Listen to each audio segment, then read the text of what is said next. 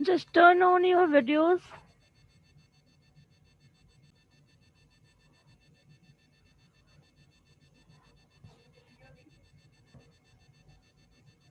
Rohit, roll number 6, just unmute your, sorry, just turn on your camera.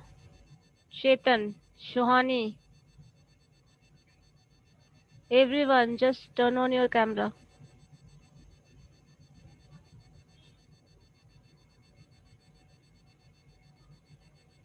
Suraj, Rohit, I said, just turn on your camera.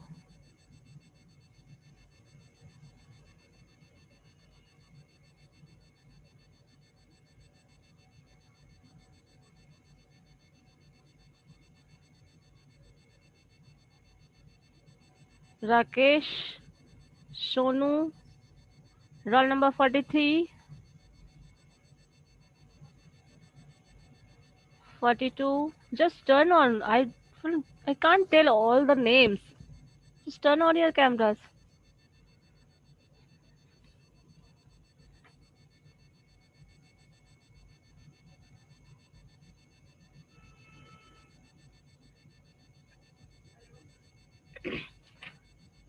So आज हम लोग discuss करेंगे. Last day हम लोगों ने roots निकालना सीखा था. आई थिंक कुछ क्वेश्चंस भी हम लोगों ने किए थे. उसी तरह कुछ अलजेब्रिक फंक्शंस के हम लोग रूट्स निकालेंगे. ठीक है. Value of algebraic equation simply जो दिया रहता है आपका क्वाड्रेटिक फॉर्म ऑफ इक्वेशन और क्यूबिक फॉर्म समथिंग ऐसा कुछ रहेगा. और अलजेब्रिक इक्वेशन का हम लोगों को सॉल्व करना है, रूट्स निकालना है. यस रोहित बोलिए क्या हुआ.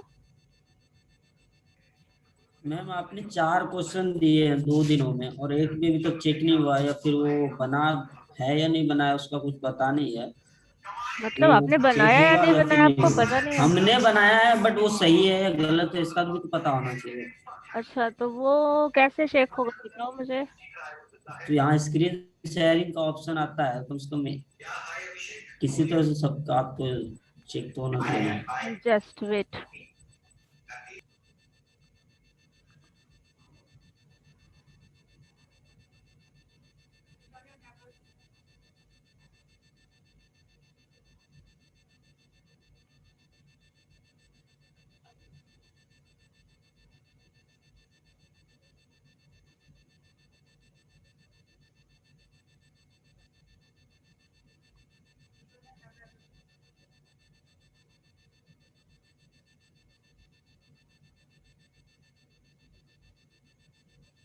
Just screen sharing only enable.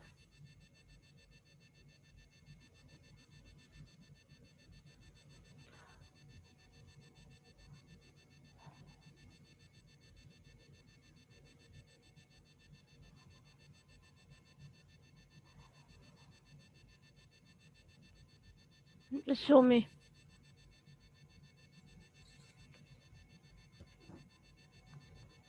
Now share your screen.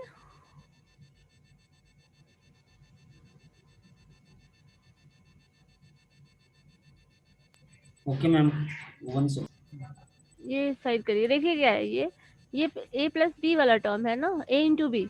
a into B अगर आप ये दोनों टर्म सेम टाइम कर रहे हैं तो ए स्क्वायर हो जाएगा. सो अगर इसको ए स्क्वायर करोगे तो a प्लस बी का होल स्क्वायर, अगर इसको ब्रेक करो 1 प्लस रूट टू का होल स्क्वायर है. सो 1 स्क्वायर इज 1. सो आपने 4 रूट टू क्यों लिखा है. Ma'am 1 square 1 then ma'am 1 and 1 2 and 2 root. I am talking about numerator, not for denominator. Denominator तो छोड़ दो.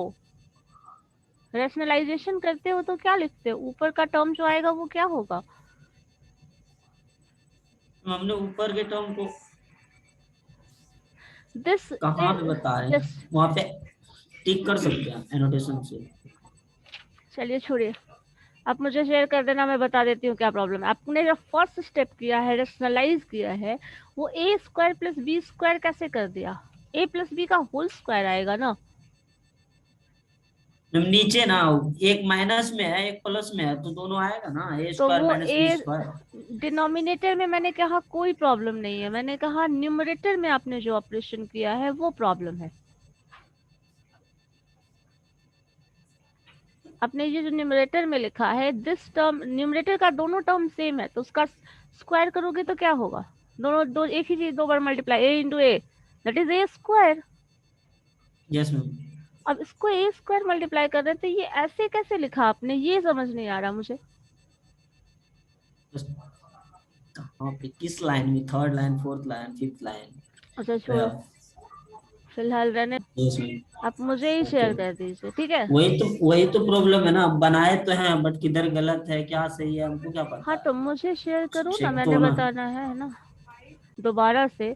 उसमें मोर और लेस हम लोगों को आंसर पता होता है, क्योंकि कहीं ना कहीं वो वही टर्म होगा जो हमारा ऑलरेडी रिजल्ट में कहीं ना कहीं, देखिए एक टाइप ऑफ फंक्शन को जब आप डिस्कस करेंगे तो रिजल्ट सिमिलर टाइप्स के ही आएंगे हमेशा। जैसे मान लीजिए -1 का रूट आप निकाल रहे थे, 1/7 रूट मैंने हम लोगों ने लास्ट क्लास में आई थिंक सॉल्व किया था। तो जब वैसे करेंगे तो रिजल्ट जो होगा वो ऑब्वियस है वैसा ही कुछ रिजल्ट आएगा। चलो देखते हैं आज कुछ और क्वेश्चंस को, like just a minute.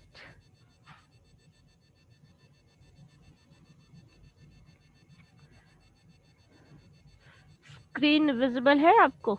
No, no.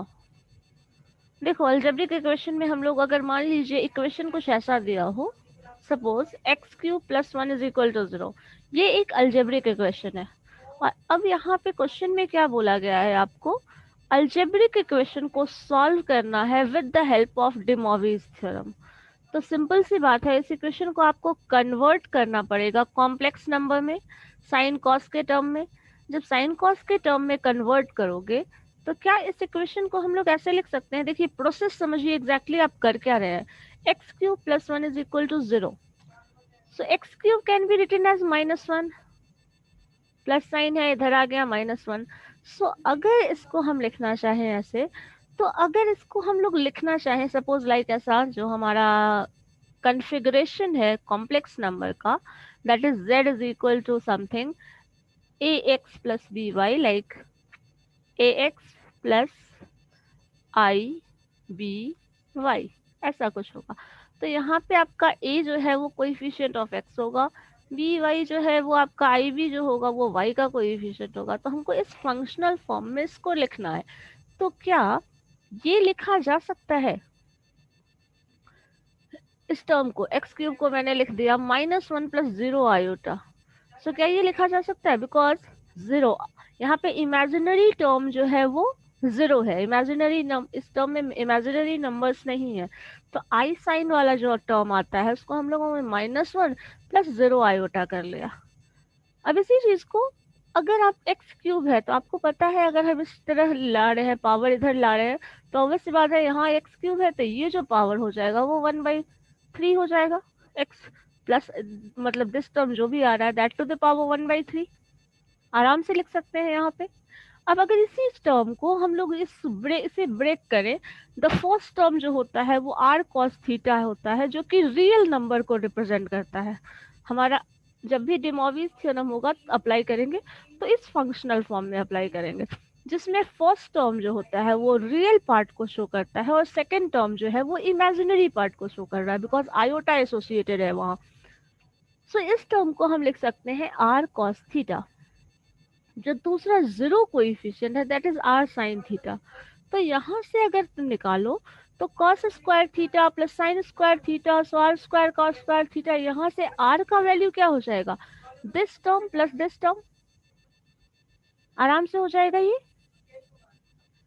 Confusion है यहाँ पे? नहीं। देन देखिए यहाँ पे जब ये टर्म हमारा मिल गया तो r का वैल्यू हम लोगों को मिल गया। अब r के वैल्यू को हम इस इक्वेशन में रख सकते हैं और इसी इक्वेशन को हम ऐसे फंक्शनल फॉर्म में लिख सकते हैं, आइदर आप ये लिखें या ये लिखें। आप इनिशियल स्टेज पे ये लिख दो, बाद में ये भी लिख सकते हो, और चाहो तो आप डायरेक्टली ये लिख दो, आपकी मर्जी है, आपका चॉइस है। सो अगर हम इसी चीज को लिखें r cos theta plus i sin theta, r common ले लिया है मैंने, दोनों में r है, this to the power 1 plus iota, sorry 1/3। अब इसी चीज में r का वैल्यू 1 आया है, सो r का वैल्यू 1 मैंने पुट कर दिया। cos theta plus i sine theta two the power 1/3।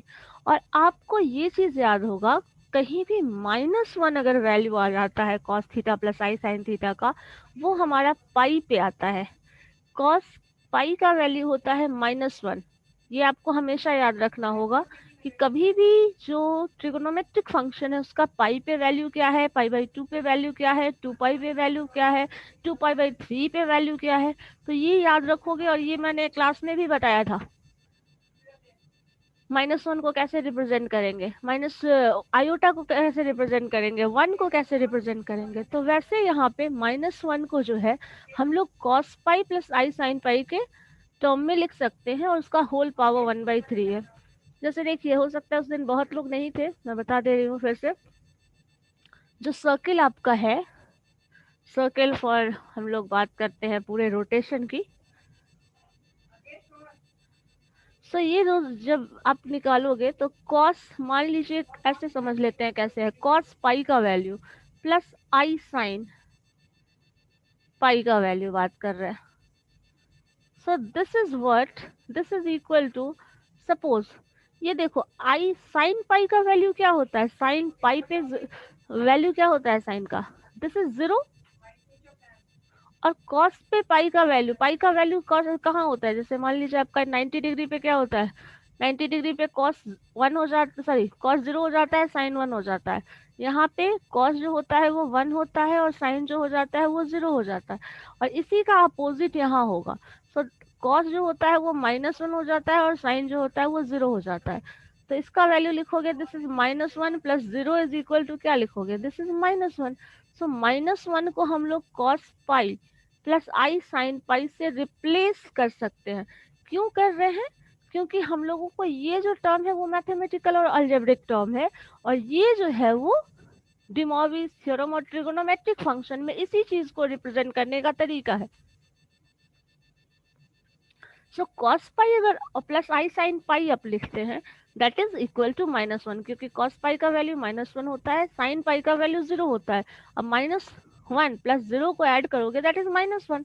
और यही चीज हम लोगों ने यहाँ पे यूज किया है, ये वैल्यू -1 है, तो -1 को हम लोगों ने cos pi plus i sine पाई लिख दिया, दैट टू द पावर 1/3। अब यहाँ से जो दूसरा स्टेप हम लोग कर रहे हैं वो इसलिए कर रहे हैं कि cos पाई का तो वैल्यू होता है -1, लेकिन अगर हम दोबारा एक सर्किल का रोटेशन पूरा करके दूसरी बार जाएं, सपोज 2 पाई निकालें, एक बार पाई का वैल्यू फिर रोटेट कर लिया, एक कंप्लीट रोटेशन, लाइक ऐसा कुछ कर ले, एक रोटेशन हमारा हो चुका है, दूसरी बार सपोज यहाँ तक पाई लाइक दिस, यहाँ से हम लोग पाई पे मूव कर आ गए, फिर पाई से यहाँ से मूव करके दोबारा से पाई पे गए, तो इसका और इसका वैल्यू दोनों क्या होगा, हमेशा -1 ही रहेगा। एक रोटेशन पूरा करके जाएं या फिर सिंपली चले जाएं, फिर सेकंड रोटेशन भी पूरा करके हम पाई पे चले जाएं तो रिजल्ट वही आएगा, थर्ड रोटेशन भी पूरा करके जाएंगे तो वैल्यू वही आएगा। एग्जैक्टली इसी चीज की वजह से हम लोगों ने क्या किया है, इसको रोटेशन करा दिया। 2n पाई, 2 पाई का मतलब क्या होता है, कंप्लीट रोटेशन। और अगर n का वैल्यू एक बार हुआ तो 2 पाई मतलब एक रोटेशन कंप्लीट हुआ, दूसरी बार अगर दोबारा रोटेट किया तो 4 पाई का मतलब दूसरा कंप्लीट रोटेशन, 6 पाई का मतलब नेक्स्ट कंप्लीट रोटेशन।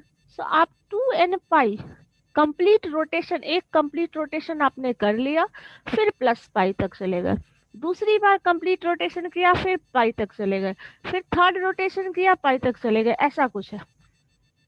तो इसी चीज को, और क्योंकि ये वैल्यू हमेशा रिपीट होगा, और यहाँ लिखा है 1/3 है, x का वैल्यू जो होगा वो 3 वैल्यूज आएगा, तो सिर्फ पाई पे वो वैल्यू होगा, और एक बार रोटेशन कंप्लीट करके आएगा, वो रिजल्ट हमेशा दोनों क्या होगा, एक कॉमन रिजल्ट आएगा। तो इसीलिए हम लोगों ने यहाँ क्या किया है, कंप्लीट रोटेशन करा दिया है, एक rotation then pi, complete rotation for 2 then pi, third rotation then pi, ऐसा कुछ कर रहे हैं। तो यहाँ पे इसी को हम लोग जनरल टर्म में 2n पाई इसी वैल्यू को लिख रहे हैं, जो ये आपका लिखा है ना cos pi plus i sine pi to the power 1/3, इसी को हम लोग रोटेशन करा के बार बार रिपीट कर रहे हैं। अब हर बार 10 बार भी घूम के चक्कर लगा के आप वही पर्टिकुलर पॉइंट पे आएंगे तो वैल्यू तो वही सेम रहेगी। लाइक 180 डिग्री का वैल्यू अगर हम निकालें और एक बार कंप्लीट रोटेशन कर ले फिर 180 डिग्री पे चले जाए, तब भी मैथमेटिकली वैल्यू वही सही रहेगा।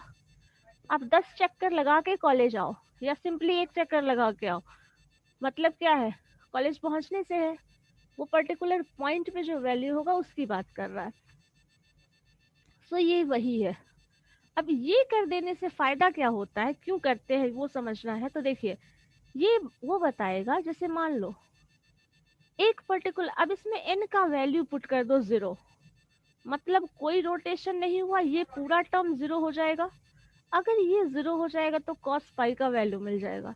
दूसरी बात क्या, एक रोटेशन कंप्लीट करो फिर पाई पे आ जाओ। तीसरी बात क्या, दूसरा रोटेशन भी आप कंप्लीट कर लो फिर पाई पे आ जाओ। तो अब क्या हुआ, हर बार वैल्यू सेम रहेगा लेकिन जो नेम ऑफ द एंगल होगा वो बढ़ जाएगा। और वो बढ़ेगा तो अकॉर्डिंगली वैल्यू जो है हम उसके अलग अलग वैल्यूज को बता सकते हैं। जैसे मान लीजिए पाई का वैल्यू -1 3 अलग अलग एंगल्स पे मिल सकता है, ये बताना चाह रहा है बस, और कुछ नहीं।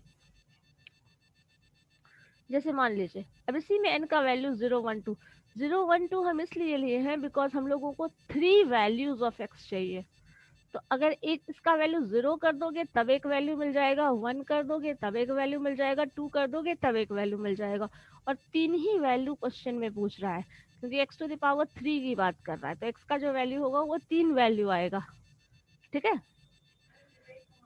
सो अब इसी को हम लोग जस्ट अप्लाई कर देते हैं। एक मिनट, विजिबल नहीं है स्क्रीन, जस्ट देखिए x का वैल्यू अब इसी चीज में अप्लाई कर दिया। इस अब इसी, अच्छा आपको ये भी पता है बाय डे मोविस थ्योरम, अगर पावर 1/3 हो तो उसको आप मल्टीप्लाई कर देते हैं लाइक दिस, तो ये भी हो गया। अब इसी में x का वैल्यू जो n का वैल्यू है वो 0 रख दो। अब इसमें 0 रखोगे तो क्या होगा, ये पूरा टर्म 0 हो जाएगा।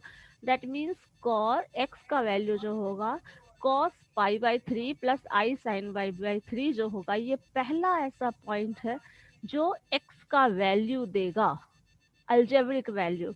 ये सॉल्व करोगे जब आप साइन π/3 के का वैल्यू निकालिए, यहाँ पे पुट करिए, इसका वैल्यू पुट करिए, जो रिजल्ट आएगा वो x का वैल्यू दे देगा। इसी तरह n का वैल्यू 1 रखो, तो n का वैल्यू 1 रखोगे तो क्या हो जाएगा, ये 2 into 1 into pi, so 2 pi plus pi that is 3 π/3। So 3 π/3, तो 3 3 कैंसिल हो जाएगा, ultimately cos pi plus i sine pi आ जाएगा। इसी तरह n का वैल्यू 2 रख लो, so 2 into 2 this term, 2 into 2 4 pi plus pi by 3 that is 5 π/3। Exactly यही चीज यहाँ भी हो जाएगा। तो सिंपली आपका रिजल्ट जो आएगा वो होगा cos 5 pi plus i sign 5 पाई। ठीक है, π/3 ये जो है the first one is this one, ये वैल्यू आया है पहला रूट। दूसरा जो वैल्यू आया है वो आपका second root is this one, and the third value is this one. ये सॉल्व किए हैं हम लोग उस अलजेब्रिक इक्वेशन को, तो रिजल्ट हमारा ये आया है exactly exactly।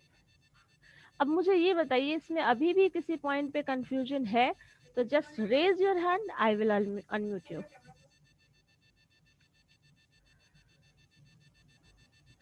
If you have any confusion, just tell me. Anyone? That, that means no confusion. That is very good. Then can anyone solve a single question?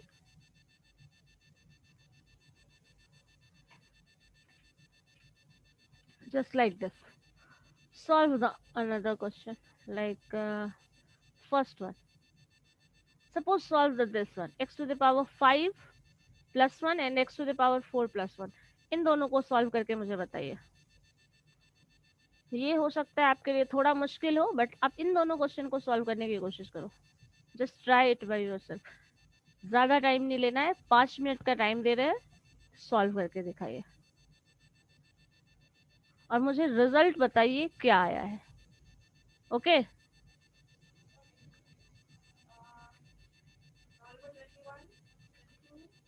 so you have 5 minutes time to just solve this. Just try it right now.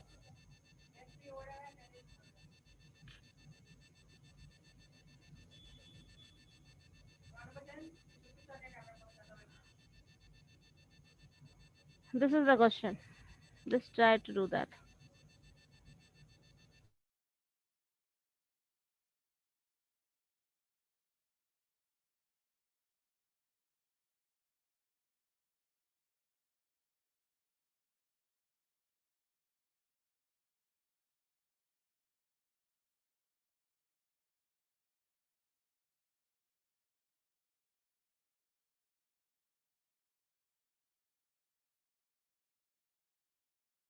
आप चाहो तो एक बार देख सकते हो इस चीज को कैसे किया है, एक बार थॉरोली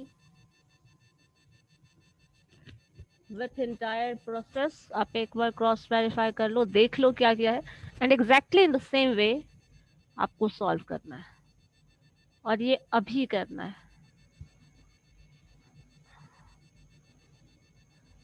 यस रोहित बोलिए क्या हुआ। 101 को 1 लिख सकते हैं क्या? 101 को √100 को ऑब्वियसली कोई बात नहीं, आराम से उसका वैल्यू 1 हो लिख दीजिए। आर का वैल्यू है ना, दैट इज आर, आप आर की बात कर रहे हैं ना, तो आर का वैल्यू 1 लिख सकते हैं, no problem.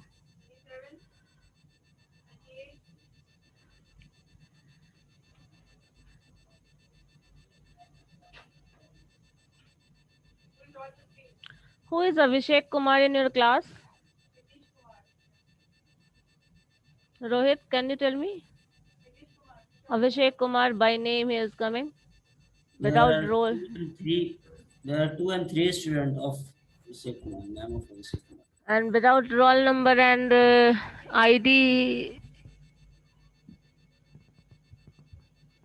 He wants entry. Okay, let them enter. Let him enter. Okay. Just sorry. Abhishek and Vishnu Gautam. आपने अपना रोल नंबर मेंशन नहीं किया, वाई?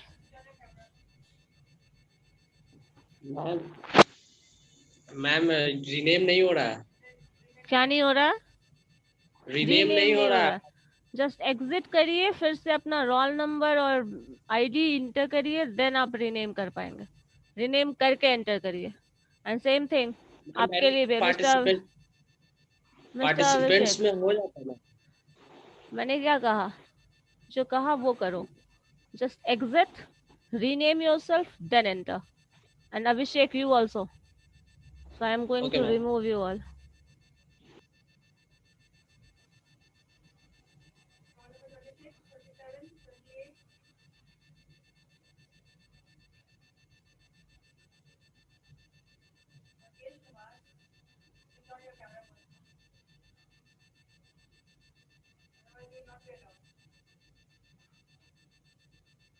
एक ही इंस्ट्रक्शन पता नहीं आप लोगों को कितनी बार चाहिए सेम काम करने के लिए।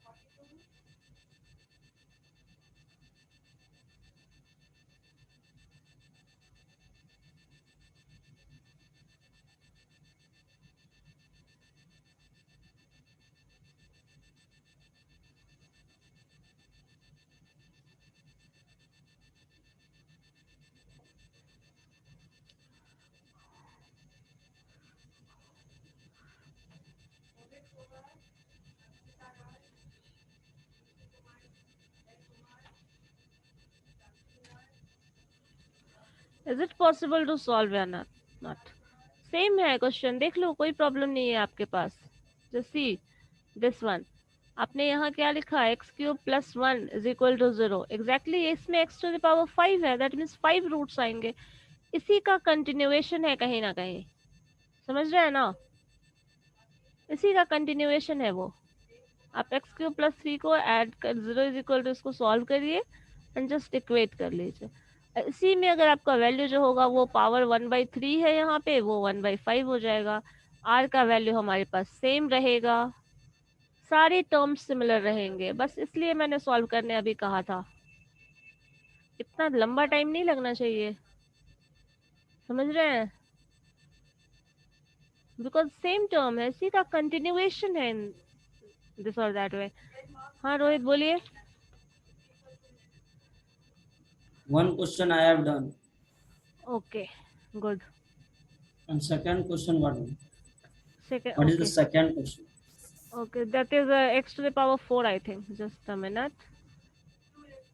Yes, Shuhani, have you solved? Yes, ma'am, I have also one Okay. question then. Okay. So is it clear? And please scroll the roll screen. Okay, just Okay. Ayush. Yeah, ma'am. Solved or not? Yeah, ma'am. Solved. Okay. Is it clear? Yeah, ma'am. Clear. All clear. Okay. Pooja, what happened? Yes, Pooja, just unmute yourself and speak up. बन गया ma'am. Okay, good. So is it clear? And मुझे अब ये पूछना है, आप obviously बात है फिफ्थ बना लोगे तो ये भी बन जाएगा, फर्स्ट एंड सेकंड। अब मुझे ये बताइए, कोई ऐसा है जो थर्ड क्वेश्चन को बनाने के लिए अटेम्प्ट कर सकता है? This third one.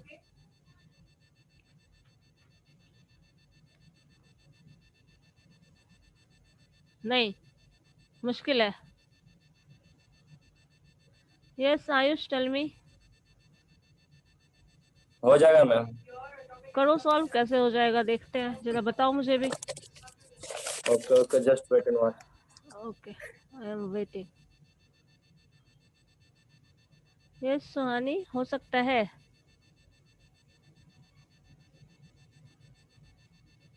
हाँ बोलिए। Yes, फिर से बोलो, आपकी ट्राई आवाज। कर सकते हैं ma'am. Okay,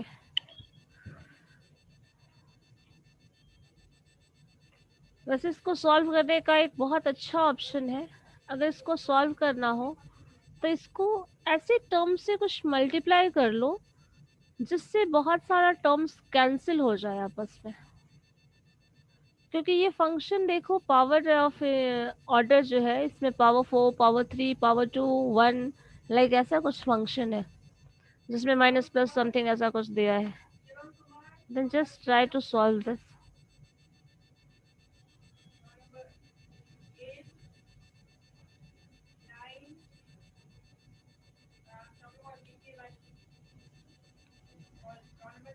Just wait till that time.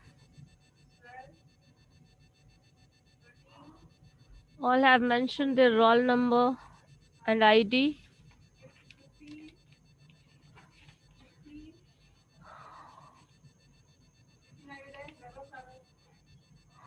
If you have mentioned, then you are going to get attendance, otherwise not.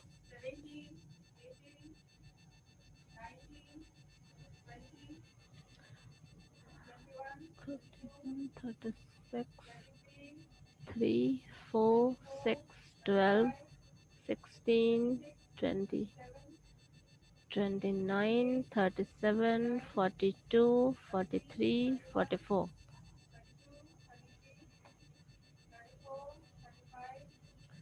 52, 56, 52, 56, and 57, 58.